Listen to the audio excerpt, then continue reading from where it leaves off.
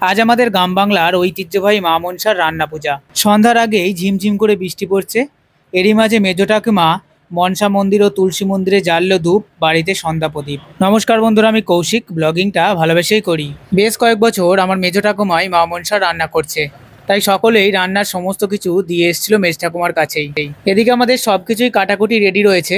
ঠাকুরের রান্নার উনুন জ্বললে তবেই আমরা রান্নাগুলো করতে পারবো। মেজ ঠাকুমাও রান্নার সমস্ত জিনিসপত্রগুলো রেডি করেই রেখেছে।